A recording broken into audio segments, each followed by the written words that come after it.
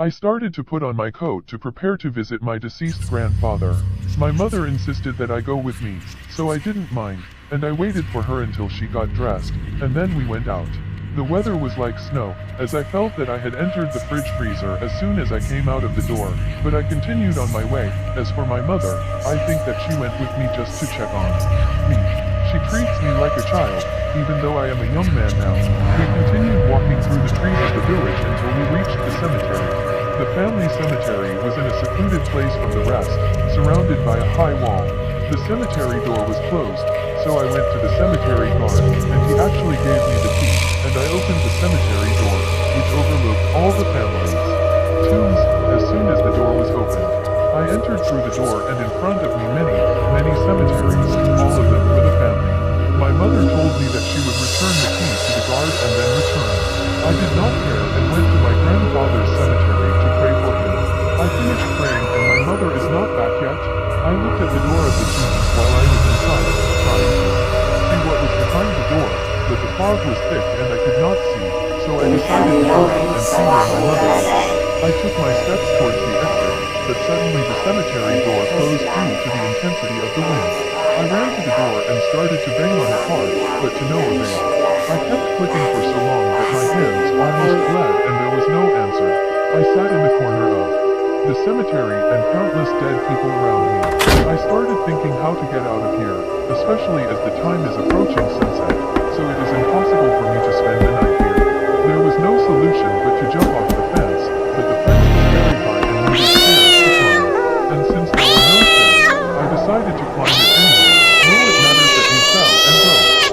And while I was getting ready to climb the fence, I heard the sounds of keys from outside. I couldn't believe myself. I got up from the ground and hurried towards the door, which quickly opened and my mother and the guards appeared behind him. I smiled. The joy was not enough for me, but I was amazed when my mother walked past me and started calling my name. I turned to my mother and told her, I am here, Mama. But she kept calling me until she started crying and said to the guard, I will go home and wait for him there.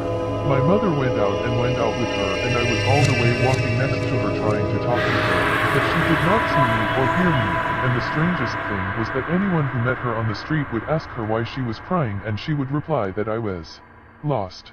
And people would answer that they would look for me in the morning. Although I am standing here next to her and in front of those who ask, what my mind interpreted is that I really exist, but no one sees me or hears me. I don't know how this happened, but all I wanted at that time was to go take a walk alone and a little away from the crying of my mother who burns me. I made sure that my mother entered the house and went down to the street, and people had entered their homes to sleep. Everyone in the village sleeps early and wakes up early in the morning to sow the land or gather the harvest.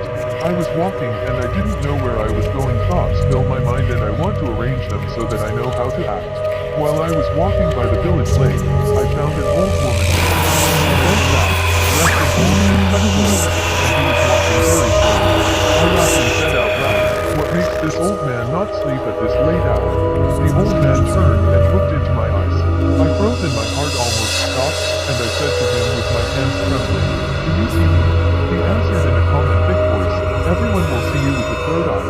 And after he said his, dust entered my eyes, and as soon as I regained my vision, I found it disappear.